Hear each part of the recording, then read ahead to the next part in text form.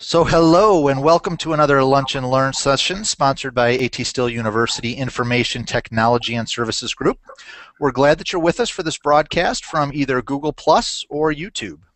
For those of you who've been with us before, you know that we conduct these sessions using video technology from Google Hangouts, and we've chosen to use Hangouts because the broadcast incorporates both social networking and collaboration tools, and even more importantly for us, it's available to everyone at ATSU. So we know that when it comes to communicating with these kind of newer online tools, many of us are just too busy with day-to-day routines to play with this new technology. And we hope that you'll find not only the topics and information presented are helpful to you, but we also hope that you'll get more comfortable with this form of online interaction and then use these Lunch and Learn sessions as an opportunity to experiment with finding better ways of communicating and collaborating with these kinds of online tools. So we ourselves are continuing to tweak various aspects of these Lunch and Learns. We're trying to figure out how to build better virtual community, share more ideas online, and kind of evolve our geographically separated campuses into a truly combined learning organization. So if you're participating for the first time, sit back at your computer or your mobile device, relax, and enjoy. You don't have to do anything other than just watch the broadcast. Using Hangouts can be fairly effortless, and hopefully you'll learn something from today's topic. But if you've been here before and are a little bit more adventurous, then what we would really like is for you to kind of experiment with us by participating in the session. And by participating, what we're really talking about is it's very easy. You can add your comments to what we refer to as the chat room. And the chat room is the comment area for this event on Google+. Go ahead and just type in your own version of Hello World or I'm here into the chat. Don't worry, you won't break anything, and we're all relatively new at this kind of online interaction, so just think of it as a chance to play as well as to learn. We really encourage you to interact with others throughout the session. If you hear something you like, tell us. If you have a question, post it in the chat. Share your opinions, post your thoughts, and really engage in some healthy and hopefully fun online discussion about the topic, or as I always say, if you have to, even throw your virtual tomatoes. So that's using the comment tools in the Google Plus event area. And then we do have people monitoring those comments, and so we'll try to bring those ideas into the discussion and then include your questions into the session. So we've got a great session today. I think it'll be a lot of fun. The topic is gaming and education. And we've got with us our distinguished panel, members from the School of Osteopathic Medicine in Arizona. And the SOMA program has put together a group of faculty and staff to kind of focus on gaming and education. And they've put together some pretty intriguing games that they're actually using within the curriculum, and they're going to share those with us today. So I'll just kind of introduce the little video snippets that you have at the bottom of your screen. To my left, that direction, is Jean Varnold, and Jean is kind of our producer, so she's there to kind of control the session. If we go to the right, these guys, we've got Dr. Tom Bennett and Dr. Noel Carrasco, and they're going to present a little bit on a couple of games. And then I think what we'll do is we'll start out to the far right with Dr. Robin Pettit, who's on the far right, way over. Oh, the other way.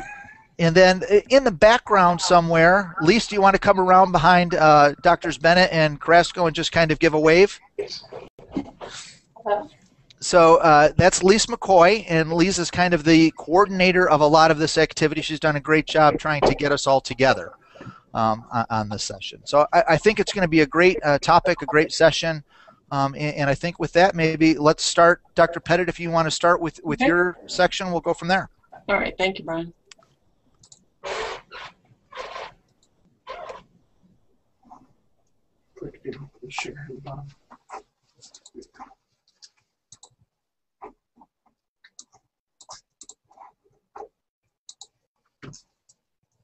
Okay, so several of us on the game team, Dr. Vora, Dr. Macon, Dr. Wyken, and myself, put together a brief game on patient safety for an upcoming meeting.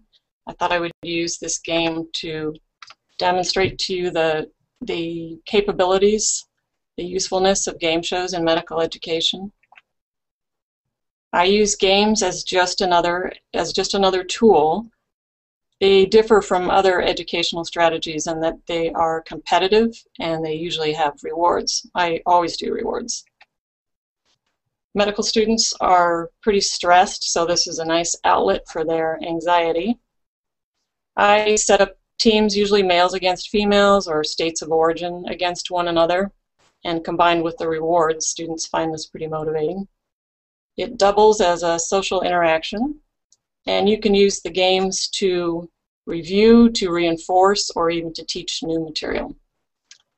And they provide feedback to you as far as whether your information has been transmitted successfully, and they provide feedback to the students on how they stand relative to their peers.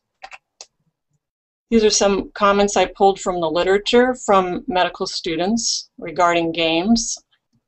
They're enjoyable, they're stimulating, they're engaging, they increase my content knowledge, they help me retain information. The company that we use these game shows from is Bravo. They have a handful of different game shows. There's a Jeopardy type game, Who Wants to Be a Millionaire type game.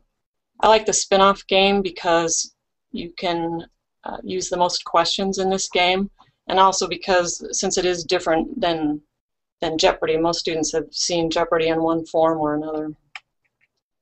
So let's play a brief patient safety game.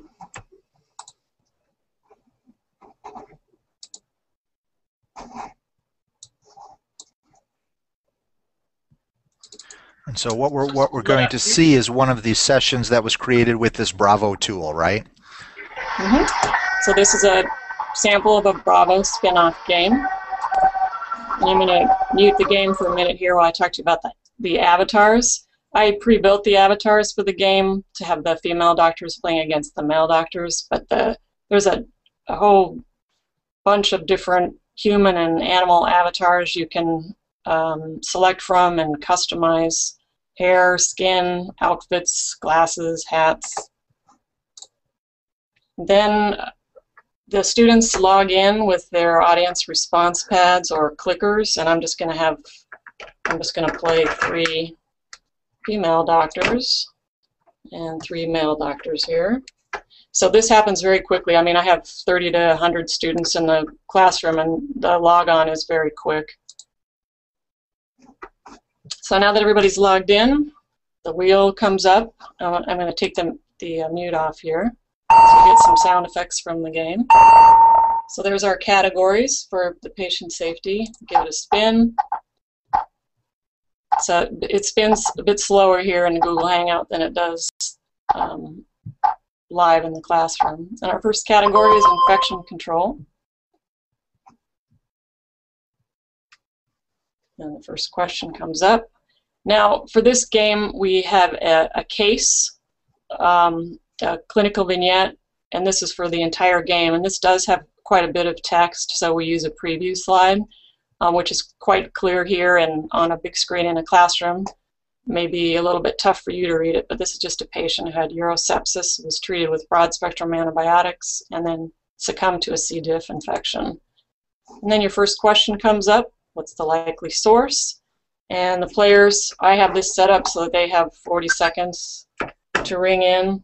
I'm just going to kind of randomly hit some answers here from both teams. And then you select the correct answer. And then we've built in summary slides here for reinforcement and for teaching. This one's just talking about survival of spores and rates of healthcare-associated infection. And these images are very easy to import into the game. This is, on my end at any rate, a very crisp image of C. diff spores.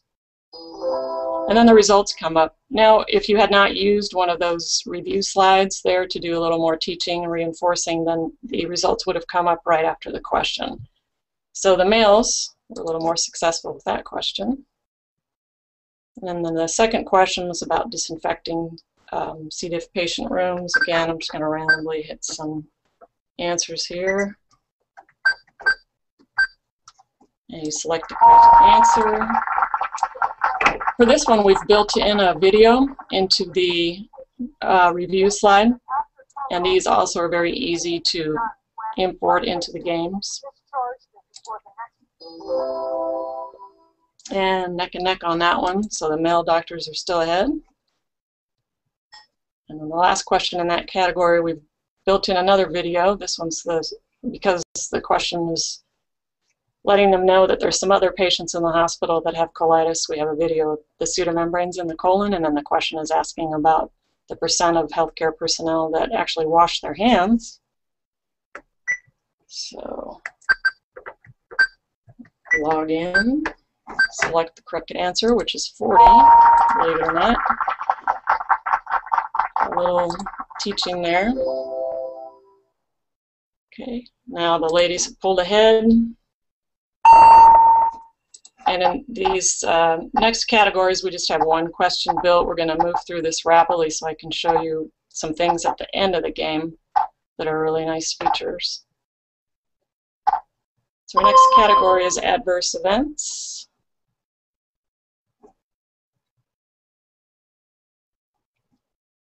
And this is about his prescription, and I'm just going to select the correct answer there and move forward. On this next one, if you haven't noticed already, look at the expressions on the avatars, if they get it right or not. So next category is going to be medication safety.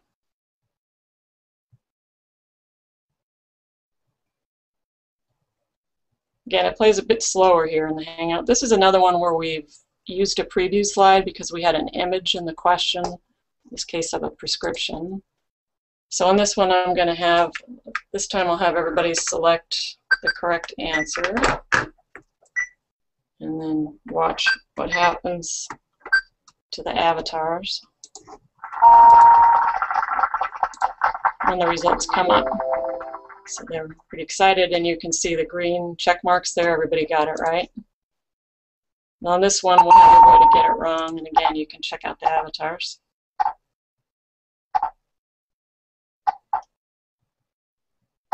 And this is going to be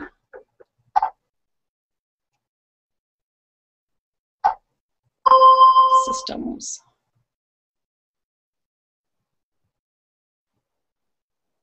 It's another one where we've put an image in. This is for toxic megacolon. So the wrong answers this time.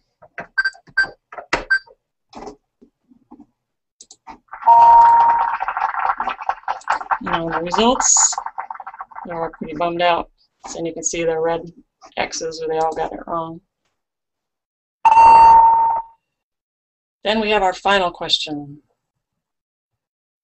And this is whether hospitals are required to report C. diff. So we'll just move through this one. It's false. And then we have all the fireworks for the champions. In this case, it was the females. And then you get all the results tabulated. So it breaks it down immediately for each keypad, and you can have these set up with a corresponding student name too. Which one they selected, how long it took them to respond. So it breaks it down for each question in each category. And then at the end, you see the summary data for the class, the team, and individual for percent right, for time to respond. And then you get a nice overview here of the categories where you might want to do some more teaching, how well they did in each category there. So when you're playing this live in the classroom, it's very loud, it's fun, very competitive, and I find it's a really good way to not just review and reinforce the material, but to even teach some new material in a much more fun atmosphere than a lecture. Yeah, that was one of the questions I was going to ask was, does it lend itself more toward reinforcing material versus new material? But you say you use it for both? For both, absolutely. Yeah, I guess probably I currently use it more for reinforcing. And then typically, how long of a session do you run? Is it an hour-long session that you'll do? They take 15 to 30 minutes probably for a game. You know, of course, it depends on how many categories, how many questions. Sure.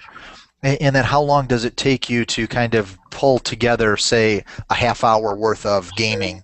Sure. That depends on it's a very user-friendly piece of software. The time to create a game depends on whether you have the questions built in advance or not. If you have, say, your questions already in Word, you can just copy paste them right into Bravo. So that that might take you a couple hours to create the game versus a couple of days to create the game if you haven't pre-built your questions. Right, if you're starting from scratch, say. But how long does it take you to kind of master the software itself, to learn how to pull together a game and well, I'm not very tech savvy, so it didn't take me too long. Once when you open up the software,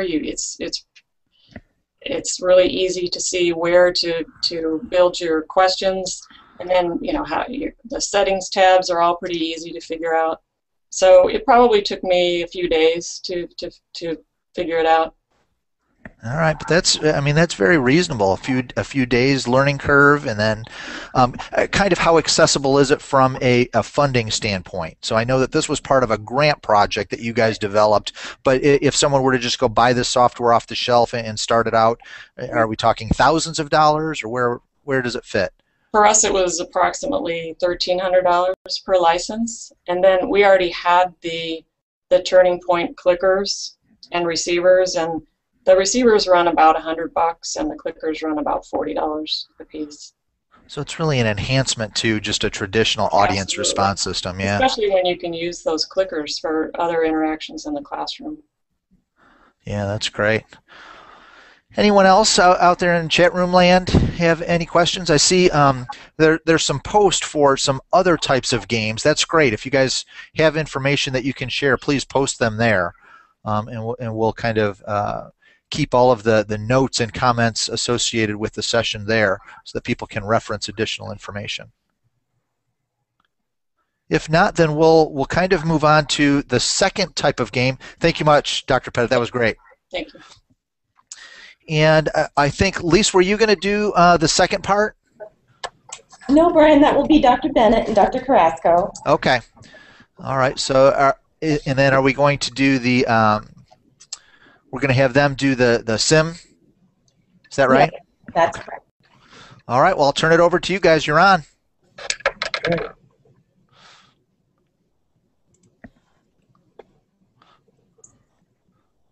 Okay, we're heading out to our decision simulation. Actually, open the first window that we see.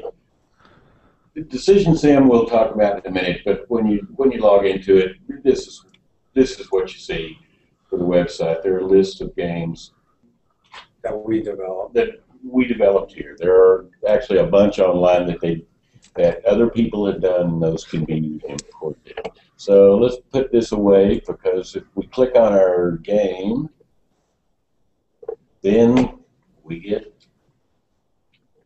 this as a first game. A couple of things to point out.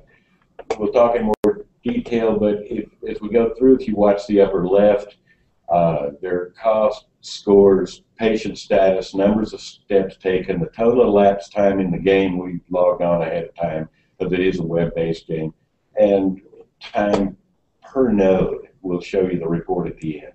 So what is it? A nonlinear recursive web-based platform. We talk about games. It's, when you agree, Noel, it's virtual human simulation. It's basically a human simulation, but what's useful, it could be individually played or in small groups, in a class, small group class, or at home, or anywhere they like them. Oh, yeah. And because it's nonlinear, differentiating itself, as you'll see later when we're talking, any one learner may be able to go through the same game a myriad of ways. Okay, bear with me. This is one of the things that happens. We've been logged on too long, so if it does the same thing to me, there we go. But, so why would we want to use it? Well, because clinical decision making is one of the most important things that we teach. And like any other skill, as was pointed out by Dr. Petty with her games, it has to be practiced and refined if it's really going to do that. And if we want it to be most effective, it's got to be with active learning, something unlike the game you saw before that forces a student to think. So this is also important because it helps their critical decision making and how they should really approach a patient in a clinical atmosphere. And it allows you to identify deficiencies. Specifically, you can reevaluate them until competency is achieved. You can reinforce new skills. You can teach other skills. You can minimize faculty time and prep, especially compared to more traditional methods. And it's important. If you haven't figured it out yet, rather than try to make you a game, because the play is pretty long, this is going to be a game about the game. You'll notice that we have scored 10 points and the patient status is at 100. We've taken 2 steps. Here's the type of pages that you can make. We talk about notes, but they're really web pages. The narrative, that was the first node we've got. It just takes you one place. That was that first page that you did see. Then there's branching. It'll take you down a different branch based on the decisions that a person makes. And this page itself will demonstrate what a branching node is. Multiple choice questions where you're actually probing specific knowledge, at least the recognition of the correct knowledge. You can't go on from the page until you choose the correct one. And you do. Every time you click on it, right or wrong, you get direct feedback. So you get instant feedback, which, by the way, what we notice is that the students are learning despite them not even knowing it. They're playing the game. And the other important thing is use of these various nodes and modalities. The students are totally immersed, and they're drawing from their knowledge, not us pulling it out of them. So other node types, inquiry, where you just things that they can ask. This is a page where you find out if they know what it is they should be looking for. Text responses, where they can actually type in an answer. You'll get this in the report, and we'll show you at the end for the game that we're playing, or you can have it emailed to yourself. Then there are orphan nodes. Orphan node will show you, and you'll understand more in the game map. This is a part of the game that is in no way connected to the other. Certain parameters are set relative to all of these factors that we're tracking. And if patient status deteriorates or people do particularly well, it causes you to go into another track. It can be used for multiple purposes. So it gets triggered by a set of options that you have then defined. So let's go look at an MCQ now. So as you saw, we now branched out to this node. And we gained points for going here because it's what we were supposed to do. So basically you're transferring from node to node based on the clicks that you're making in the screen. Exactly. We'll be showing you a map of how the game is set up so you'll understand that even more in perspective. And so this is an MCQ node. When we choose the correct choice, not only will our score change, and on this side of the screen you won't be able to see it all. You know, the little kid wonders what it does. However, I'm going to demonstrate one aspect of it. We may have a little glitch. Anytime there's an image, someone may need this for a reference. It could be a chart, table, instructions, article, link out. It'll open in another page, and it'll stay open until you close it. So here it is. It's in this other tab, but you know our game's still there. And so anyway, we will play away. So let's go down to the bottom. Let's make our choice. See how it works. What does the MCQ node do? You notice we have a black link down here. We can click it all day long. Nothing happens. Student can't go on. Any one of these correct or incorrect would get feedback. What we're doing is we're going to probe the learner's comprehensive knowledge, and they can't continue till they make the correct choice. Boom, it tells us it's correct. That would be a red X if it wasn't. And it gives them immediate feedback. It gives them feedback. It's gone green, and so here we go to the next node. And I'm assuming you can give feedback on incorrect responses as well? Yeah, so that gives you a teaching moment that you can do. But also you could do that even with the branching node. Sure. True. So we get a text response node. You get immediate feedback for what you type in here. The one difference in this, even though it's a little more trouble to deal with in grading, is that it demands recall, not just recognition. Once again, forcing them to think. You define the size of this text field, the question, how does a learner respond on this type of node? Well, it's text. It's how they do it. Now, until we hit submit, we can click this all day long too, but until we send our answer in, it won't let us go on. Here's the feedback. Hope you entered text. Simplified again, just for demonstration again. So here's an inquiry node, and you're asking, you can put text or any media on any type of page. Text and font characteristics are available with this toolbar that's at the top. And it's much like the current Word type of a thing. Again, you get feedback as well. Yeah, and here just, I mean, this will illustrate, Brian, if we click the wrong answer, for instance, just like every one of these choices, they could be asking for EKG, or chest x-ray results, or asking the question in history and physical, doing a piece of physical exam. It'll work that well. So this kind of page happens. You'll see it. There's a recursive nature. I don't think we need to go back to review, so tell me more about its capabilities. Okay, this is our last type of node. This is an orphan node. You'll see it in the map. It's not connected to the flow of the game. We got here because we set the parameters up in the game, took us off the map and sent us to a place because we needed remediation. You could also set the parameters at upper scores and reward an excellent student. It's performing in exemplary fashion. So it's all on the parameters that you set, and you can either reward, or if they need remediation, send them out to get that first, and then you bring them back into the game. Yeah. And of course, you enter the text that goes with any button. All of it's just set up. You notice we went back to this thing. There is a reason for recursiveness. There's a use. We could actually go back to the top. I won't bore you with going back to the top. We can come right back from it because we put a note in there that allowed us to skip it. But what happens is that rule that we applied that sent us to those other pages didn't work this time because we already used it.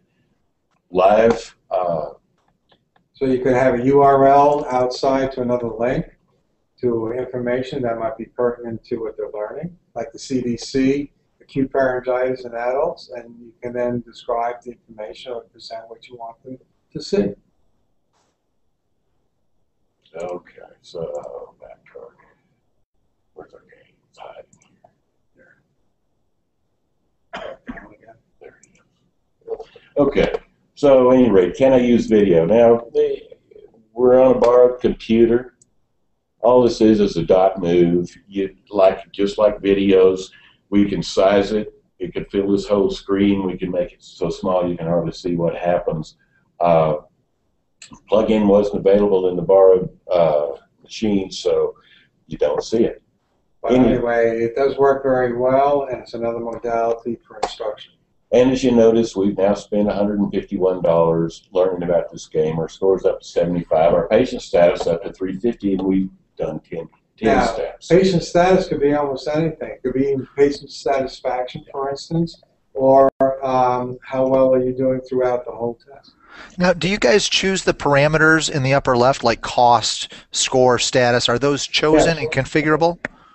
Yes, they are. I actually could show you the page, but when you type in those questions that are applicable, all of those bars are there, and you can set them or not set them, and you can control the visibility or invisibility of each one to the learner. Right, so if you're doing something like a patient simulation where you were looking up labs, cost might have a real application there. Definitely. But if you were doing some other type of simulation, it might not have any impact. You would just take it off. Yes, and in the beginning, we don't want them to concentrate on cost. We want them to concentrate on critical thinking. So we don't put the cost in initially. Exactly. We can set the amounts, and the amounts on all these parameters, that the dollars, the score, the status can be positive, negative, or neutral. There are some things that are indicated. So, yeah, documents and pictures work. This is actually a picture of a document. All pictures work the same way. You click on them, they'll stay open in another window so that you have them for reference.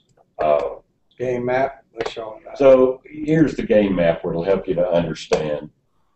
Click away this thing. Okay, so the exercise that we were playing, we started over here where we welcome. We went through the page type. You notice that there's 3 ways to go down there, and if you look at the back and forth, you end up with a half a dozen recursive loops. Here's that real disaster that's not connected that you set, and this could be like, say, a whole other game for somebody smart. It can be simple like this. This is one that I couldn't get the whole game map on there that we used at the end of MS 1 year. So last thing really to see is getting the data. We talked about they can be assigned medium, see if there's any questions. It really is the end. When we get down to the bottom, we could restart the case. We could close the window. You also have the option of making them restart the whole case or letting them log off and come back and do it from another place. Works well on a tablet, even though right now we're in beta for a specific app. But case report comes up in a separate window and take a few seconds to load. So it tells us for each individual learner, we're on Lisa's machine. So she logged into this machine. She entered December 6th. At this time, this is time zone for where these servers are. How many steps it took her to go through it? How much was real time? What was the cost while she was doing this for this patient? Her score and then her status. 95. She did pretty good. She did very well. Good. Congratulations. Now, the learning objectives are available. The problem with this is telling the learning objectives for the simulation, which is an exercise in using them. You kind of tell them what they got to do. This next step goes through each and every page and what they did on the page. It says how long we were on the page, what we scored, what we did, and this is how you identify the deficiencies in each one of these things. So it has the answer from the text note somewhere on here, but I'm not going to bore because we probably talked long enough. So anyway. That's great. So can you guys export this data then as well? Yes. Yes. And I assume, Dr. Pettit, in Bravo you can as well export that data and then use it to, if you really wanted to use it for assessment purposes, you could pull that out. And for the, you can export it into Excel right now.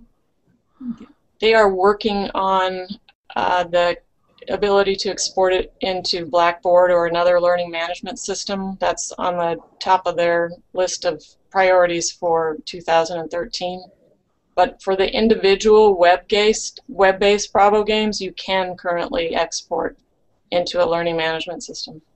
And I'm assuming that as you collect a lot of this data from more and more years of different students, you probably get some really good feedback on where students are thriving and where they're struggling and how to teach. Have you guys given any thought to that, or kind of so new maybe you haven't seen that part yet? What are the thoughts? All of these games not only offer us the ability to assess the students, but they offer the ability to assess ourselves as communicators of knowledge. How best can we transmit the information? And also we get student feedback right away. As soon as we finish a small group, they do tell us how they liked it or not. We build from that. Actually, the other important thing about this is that even in the middle of a game, we see we need to make a correction. We could actually go out and make that correction live. Yeah, sure. People can be playing it, and you can fix the game while they're playing it. Now, I'm assuming that Decision Sim is really targeting more self-study, where Bravo was more classroom-type exercise. True, false? True. Well, again, Bravo can also... Sorry, Tom. Well, just to address that question, it was originally designed for individual play, and the students are allowed to do that. Currently, we have been using it in a small group setting with groups of 2 and 3 students to promote interaction. What works the best? I don't know. But in a large group, no, certainly the formats like Robin's are the ones that work there. Yeah, that's great. So we've seen kind of the self-study, if you want, or small group study, or independent study with Decision Sim. We've seen Bravo with more of a classroom audience response type system. Now we're going to shift gears and go into mobile learning. And I think, Lisa, you're going to do the prognosis. Is that right? Right, I am. Just one moment here. All right, great. My screen is shared. Is that right? All right. Not yet. It's not yet? Okay.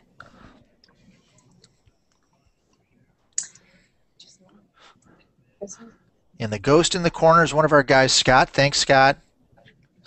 Okay, so hi, everybody. My name is Lisa McCoy. Hi, Scott. Sorry about that. And today I'm here with the Soma Simulation Game Team. And also my colleague, Dr. Stan Bryzak, is here too in the room with us to support. And we're going to talk today about mobile app games. He has laryngitis, but he was trying to say hello. What we would like to talk about today is some games from Medical JoyWorks. The first one is called Prognosis. And Prognosis ATSU is a mobile app that students can play on their iPads or their mobile phones. And today we're going to show you a game on PowerPoint. Unfortunately, we were not able to broadcast the game live, but it is definitely more inspiring when you see it on the iPad app. But we'll quickly go through it here on PowerPoint so you can get the gist of it. Today we're going to look at ear pain case, a patient safety case that we're going to present at the Osteopathic Medical Education Leadership Conference in January, and also at AACOM.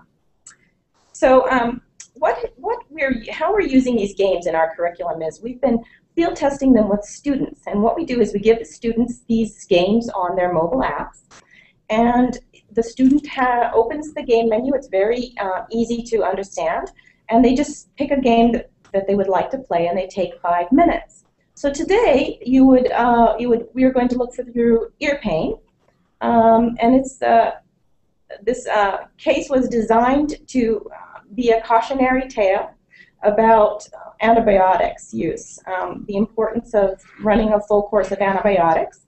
And here, this is the story about a poor little boy who's 5 years old, who unfortunately was feeling better after 3 days of antibiotics, and so his mother took them off, and then he ended up in the clinic with a physician who's trying to treat ruptured tympanic membrane. So upon examination, you get all the history here in the game, and then you can, the player may select, the student doctor may select different kinds of investigations, such as a head CT or a septic screen. And the trick of the game is you have to select only the most relevant tests and not the harmful tests, or else your score goes down. So for example, if we selected a head CT, then you would find out that there is pus in the mastoid bone. And the student can click open anything. It doesn't really matter. We're not deducting points right now for how they play on the games. They're just for deliberate practice of their clinical skills. And also they are fun practice on their own time right now. We're experimenting with the idea of putting it in these games into case practice on Fridays for the next course. So this is the results of the audiology test, the results of the culture, Streptococcus. Okay, so the very sick little boy, and now the physician has the challenge of how to manage the patient properly. Should we select antibiotics, more antibiotics? Should we refer out? Or maybe perhaps give the patient an injection? So the player quickly clicks one of these things. It's very tactile, it gives a satisfying little click when you click something. And then at the end of the game, the student sees the results. And right now, you see that the student has done satisfactorily. So it gives you kind of a ballpark score on your success. Now, what the games are really doing. You could play them for fun on the internet, as more than 800,000 people do worldwide. They're available for free on the internet if you go to Medical JoyWorks. But in our program, we have adapted the cases. The professors have rewritten the discussions of the cases to follow the clinical presentation curriculum. And in this case is about patient safety, so it's tailored to that topic. And so the student would receive this discussion and go through it, and then they can also comment back on the discussion if they like. So we have field tested these games with our students, and upon exit surveys they have said that they like them, but we have to try it as a required element in the courses. Another kind of a format that we are experimenting with, this is a different format from the same game team who produced Prognosis. They have produced something called a storyboard application, which was originally developed for gynecology and for pregnancy. So, and they're story cases for patient. So the patient would receive some education or some counseling from the physician in the form of a game. We saw the use as toward developing story-based or branching case scenarios. So here's the same case again in the storyboard sort of format. Unfortunately, I can't show you how it clicks and the decisions are made, but basically the decision would be that the mother should continue with the antibiotics or not. The mother should, okay, then the next thing that happens is she calls the doctor, and there's a decision for the student whether the doctor should prescribe over the phone or not. And of course, makes a mistake if he does, because the patient needs to be brought into the exam room for a proper exam. That's one of the teaching points of the lesson. And then the student has a chance to also check the clinical presentation scheme that we use in our curriculum for ear pain, for example, and understand more about how to use the decision-making flowchart. And then there's some, the story pans out the way it pans out, and that's about it. So that's briefly our storyboard case. That's great. Thanks, Lise. You know, I'm sorry that we couldn't actually see the sim at some point, or the demo. At some point, we have to get a simulator for iPads. Right now, what we'd be doing is, you know, we'd just be holding it up. Here's what it looks like on an iPad. You can click into it. It's kind of hard to demo that way. Yeah. But no, that's great. Anything else that we should talk through? I know some of the guys have to go to class, so we're a little bit shorter than we are in previous sessions. But other thoughts on gaming and gamification in the classroom? How much more engaging it is? What have you seen kind of just playing with these tools in the short time that you've had them? We have seen more interest from the students in the small group during our case practice. It's more interactive, wouldn't you say? I would say so. That even Dr. Watkins told me yesterday that during his interview with some of the students, they brought it up that they actually enjoyed the games a lot more, particularly decision set, for small groups. I mean, so I don't know that we have data, but is there any data yet that shows a benefit to learning? No, it's incredibly difficult to construct an experiment to show the effect of games, but we are working toward that effort for next year. We are going to create some type of action research project which measures that, if we can. And, you know, what we've been doing in the preliminary stages, Brian, is simply learning how to make these games more engaging, more appealing to the students, modifying the way we present them, how the pages are constructed. But Lisa is on point with the problem. They're thorny little questions, and you know, part of it is to divide a class to create control. But we are successful in engagement and immersion, total immersion, so far from what we've seen. Yeah, I asked Dr. Pettit, you know, about how long it took her to get up to speed on Bravo, but what about you guys for Decision Sim or Prognosis? And kind of the different Prognosis, I know, is a game that we're actually working with the developer on, so it's a little bit different in that case. But how long did it take you guys? The prognosis builder, Dr. Samarna gave us access to, which you can also run from your iPad. You can build your iPad and iPhone games on your iPad. I found it incredibly easy to use. Because of the variability that you can introduce into decisions, even though it's probably important in all the game, first you have to have a case, and then you want to storyboard it, and then you put it together. So that's how you learn the tools. To answer your question, hours spent before I felt like I could do everything the game would do, 25 to 30. How long to build a game now, actually put a case that's constructed into a game? 3 hours, 4 hours. The time is in constructing the case, the objectives, the points I want to make, and locating the graphics that I want to use. Actually, locating the graphics is one of the most time-consuming things we have to do. Even with the great help of the LRC, because they do yeoman's task, looking for things for us. Good point. Something for us to work on. Great. I think that's it from my standpoint. Unless you guys have anything else to contribute, we'll let you get to class. Thank you. Cool. No, thank you. Thank you. Thank you, guys. For those of you who've been watching on the Lunch and Learn, we have one more for this year. We're going to try and do a session on looking at your budget online. And so we'll try and get that one in yet before the end of the year, before the break. And then next year, thanks to the feedback from everyone who sent in comments on times of availability and topical interests, we've put together a list, and I think out on the website you can see kind of what the upcoming schedule is for next year.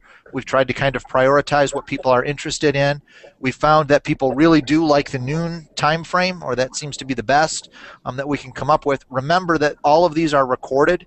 So if you have a colleague or someone who says, oh, yeah, I wish I could have seen that, point them to the link, and they can find those links either on the ITS page or on the Google Plus stream for the session. So great. Thank you guys much. I really appreciate it. It was a good session. Thanks, Gene.